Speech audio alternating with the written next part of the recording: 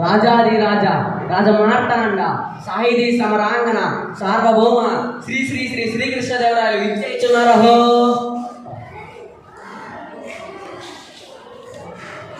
అష్టదిగ్గజ కవులకు, సాహితీ ప్రియులకు, పుర ప్రజలకు మా స్వాగతం. మా పాలనలో జీవితాన్ని ఆనందంగా గడుపుతున్న జానపదులు సైతం కొన్ని రసవత్తరమైన సమస్యలను పంపించారు. మీరు వీటిని రసవత్తరంగా పూరించి నేటి భువన విజయసభను రంజింపజేయండి. ఇక ఆంధ్ర భాషా మాతని స్తుతిస్తూ సమస్యలను దత్తపదులు పూరించి ఆశపూత వినోదం సాగిద్దాం. చిత్తం ప్రభు, మీతో కలిసి నేటి భువన విజయసభను ప్రారంభించాలని నా అభిలాష. మీ ఆలోచన నిజమే పెద్దన్న మధ్య, కానీ ప్రభువుల ఏడు వழிలో ఇన్ని భాషలు ఉండగా తెలుగు భాషపై ఇంత మక్కువ చూపడానికి గల కారణాలు ఏమిటో.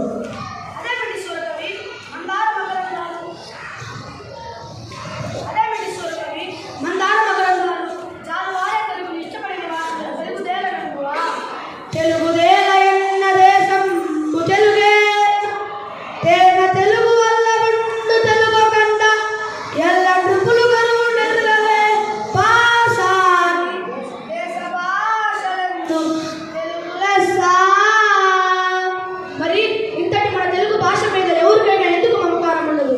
పెద్ద మాత్య కవులారా, మేము తర్వాత పద్యమును పూరిస్తాం.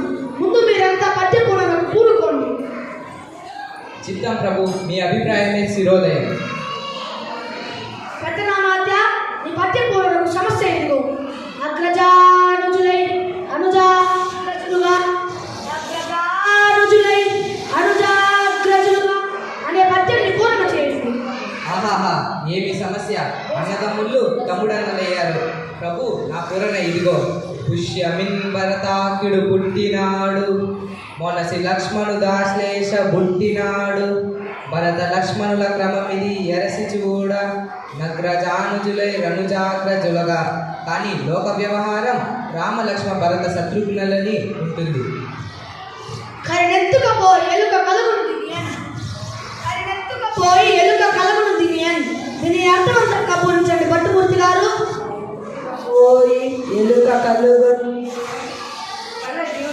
సుపరిచితమైన సమస్య ఇచ్చారు.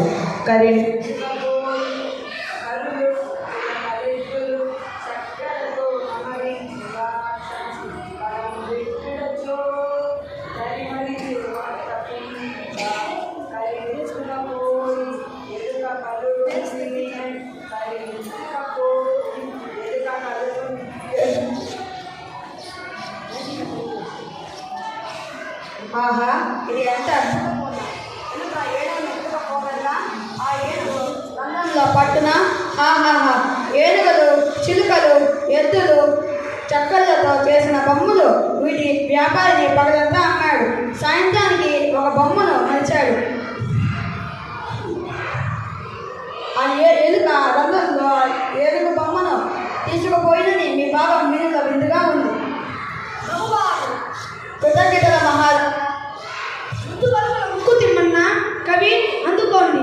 గాడిదయేర్చన్ గదన్న గణ సంపన్న, గాడిదయేర్చన్ గదన్న గణ సంపన్న అనే పద్యాన్ని పూర్ణ చేయండి.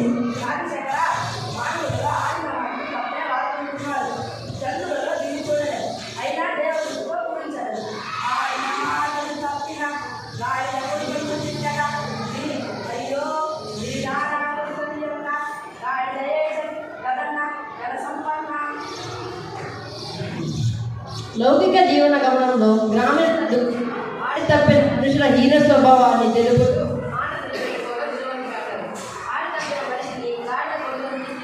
విశ్వాసానికి మారుపేరుగా నిలిచిన గాడిద ఏడ్చింది అన్నారు.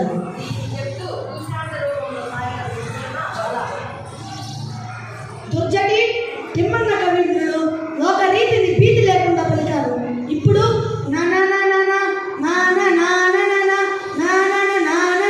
అనే పద్యాన్ని మీరు పూర్ణ చేయండి.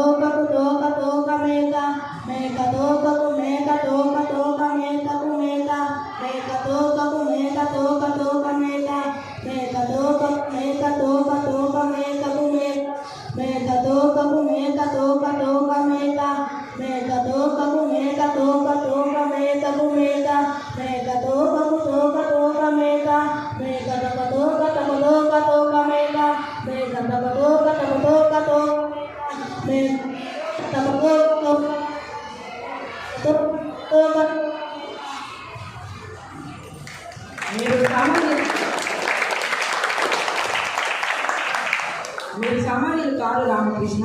ఏమేమి మేకలు కాపాడి అడవికి మేతకై మేకలు తీసుకొని పోతున్నాడా?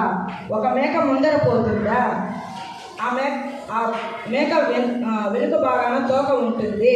ఆ తోక వెనుక మరొక మేక ఉంది. ఇలా మేకల మంది పోతున్న తీరును మేకా తోక అనే దత్పతులతో చిక్కగా చెప్పారు.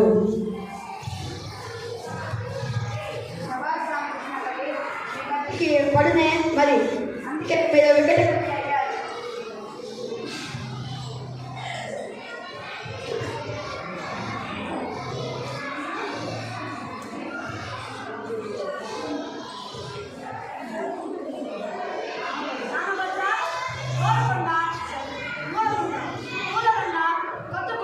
అనే పదాలను ఆధారం చేసుకొని ఒక పద్యం చెప్పండి.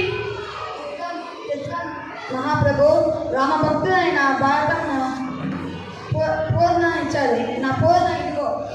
ఓయి కురురాజా కొత్త గోళం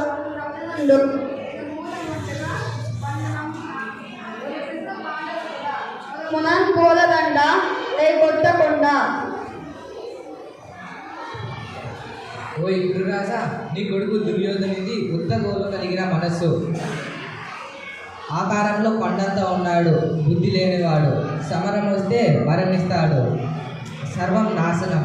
సమరంలో ధర్మానికి బద్దులైన పాండవులు గెలుస్తారు, నీ కొడుకులు మరణిస్తారు. రామభద్ర, కొత్త కొండను రేపు వత్తుకున్నాను చూడు, అద్భుతంగా ఉందయ్యా. తర్వాతి మా పింగళి సూర్యున్న ఆరాధ్య దైవమైన శ్రీహరి దశావతారాల గురించి ఆశువుగా ఒక పద్యం చెప్పండి.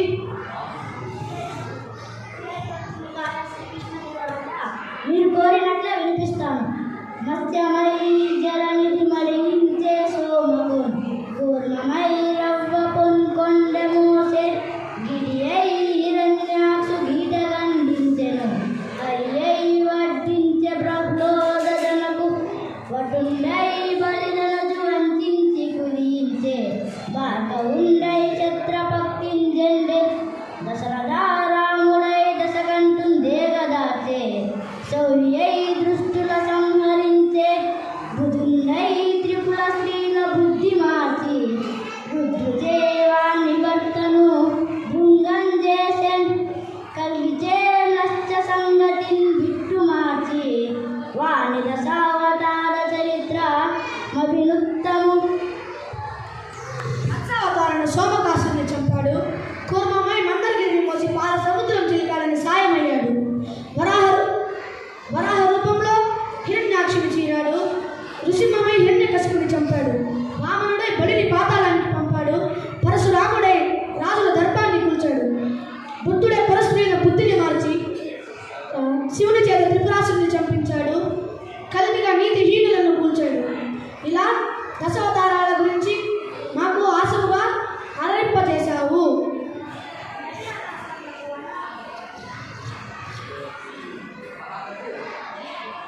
మహాప్రభు, వచ్చే దారిలో నాకు జానపదుడు ఒక సమస్యని ఇచ్చాడు, మీరు అనుమతిస్తే మీకు ఇస్తాను.